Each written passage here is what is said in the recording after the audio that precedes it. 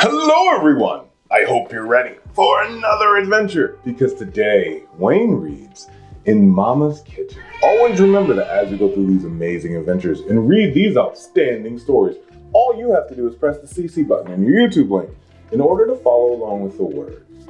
Now I think that North Star will be perfect to join us for today's adventure.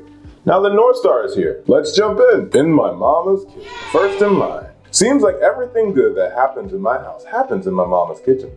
Like the day Nadine burst in waving a letter over her head. I got it, she yelled, I got it. What? I shouted back, what did you get? Nadine opened the letter over her heart and closed her eyes. She read the whole thing without even looking.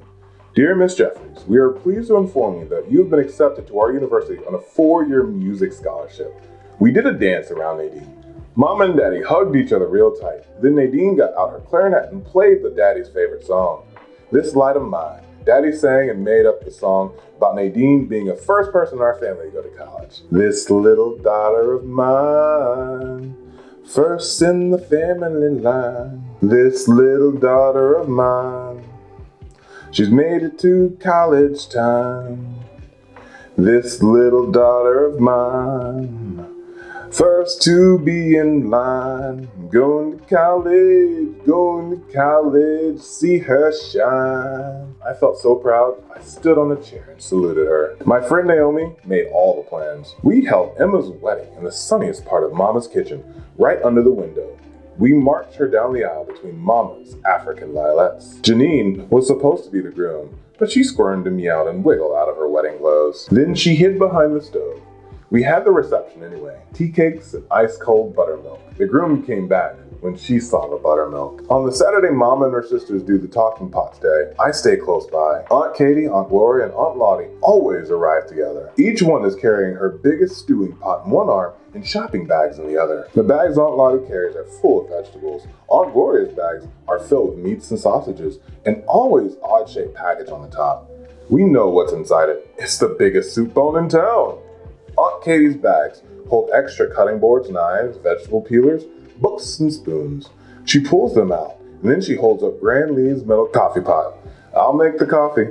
In moments, every hand is busy. Nadine and Mama are washing vegetables when Mama begins to hum a melody that has no words. Then Lonnie joins her in the deep, low tones. Aunt Katie and Aunt Gloria chime in with high-pitched melodies. The air is full of humming. Their hands are flying. I think they cook like hummingbirds. Just as easy as the music started, it turns to talk. Remember the time you told me that insides of the human body smell like fresh pineapple? I got laughed right out of 7th grade science class that day. Remember how Mama always bragged about the way I chopped onions, said Aunt Gloria, as the knife cut chunks on the cutting board? Always been so nice and fine, and never a tear, she sighed, shaking her head. How about the time you made my Easter dress on the sewing machine now? Aunt Katie, seeing tomatoes, says to Mama. Not one of you had the heart to tell me that the hem was 4 inches longer than the back was in the front. I couldn't figure out why Reverend Taylor looked at me so funny when he shook my hand. All day the kitchen was busy and full of cozy. Even the African violets were blooming just like my aunt's. When Great Aunt Caroline came to spend her 95th birthday with us, Daddy was glad. I wasn't. Why do we always have to be so quiet around Great Aunt Caroline, I asked Mama. She's very old, Mama said. That didn't seem like a very good reason to me. Great Aunt Caroline wasn't used to cats, so Janine had to sleep in the basement. Great Aunt Caroline wasn't used to children underfoot, so Naomi couldn't come over. And Great Aunt Caroline always sat in my chair and called it her chair. She was still sitting there while I cleared the table one morning. Henry, her watching stick, rested in her lap. I figured she was watching to make sure I did a good job, but by the time I finished, her eyes were closed. She sat completely still. I didn't know if she was even breathing. Had she died?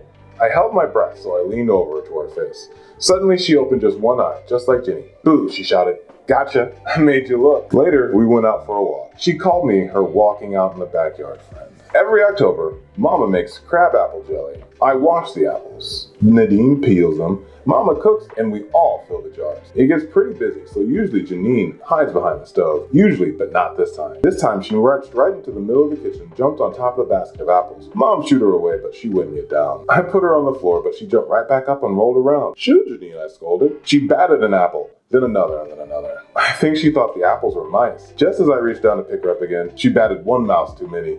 The basket fell over and the apples came crashing down around her. Janine rolled all over the floor. I tripped and fell down on top of Janine. Janine howled.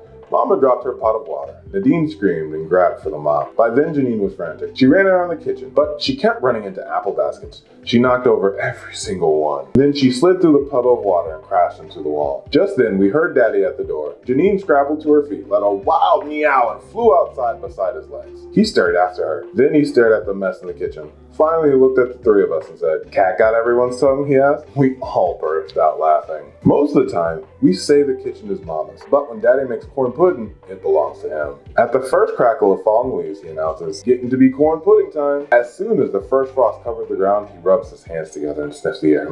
He says, "I can almost smell that corn pudding cooking up right now." By the time the pumpkins have all become sagging jack-o'-lanterns and pumpkin pies, Daddy has taken over the kitchen. Watching Daddy make the corn pudding is a lot better than actually eating it. He turns the handle of Mama's old-fashioned egg beater. He sings La Cucaracha and dances the cucaracha. While he shifts and stirs, measures and mixes, pours and pinches, he sings and dances the tango across the kitchen floor. He says as he slides the corn pudding into the oven. This is going to be the best one yet.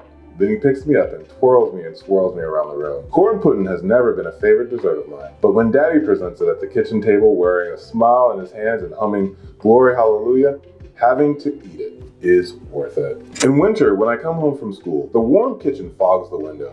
I hug Mama from behind and she says, "Oh, hello, sweet potato pie. How was school today?" Then she drops a taste of peach cobbler into my mouth. The peach juice dribbles down my chin. "Stand close to Gran Lee and warm the shivers off," she tells me. Then we talk about my day while she stirs the pot of greens, turns the frying chicken and mixes the bowl of cornbread batter. Chum chum chum chum. Mama's wooden spoon scrapes against the bowl, but before she can put the cornbread into the oven, she giggles and shakes the door handle. "I don't think I'll remind Daddy that this handle is still broken," she says to me. I smile. Gran Lee was Mama's stove, and she doesn't want a new one. Neither do I. Sometimes in the middle of the night I wake up. When the house is dark and quiet, I can count the ticks of the clock. 493, 494, 495. I go into the kitchen for something to eat. Sometimes Daddy and Janine are there. We sit and snack together, or whatever we like. Sometimes we make sandwiches out of leftovers and have ice cream and cookies. We giggle and munch and try not to wake the others. We talk in whispers and make big gestures, but Daddy isn't all that good at being quiet. Clang, bang, a lid falls onto the floor. Mama and Nadine are in the kitchen too, and Daddy doesn't have to whisper anymore. "Now that we're all here, how about a story?" Daddy asks. Then he starts the way he always starts. "When I was a little boy down on the farm." After the story comes songs. Daddy calls them serenades for sleepless nights. We sit around the table talking and singing and laughing, just like that's what everyone does in the middle of the night. And then when I finally start to yawn, I know for sure that everything good that happens in my house happens in my Mama's kitchen. Oh wow, that was an amazing story. What did you think, North Star? I like that part too. We'll see you in the next adventure, okay? And we'll see you in the next adventure here with Wayne Reads. Thank you for joining us, and we can't wait to see you again. Bye-bye.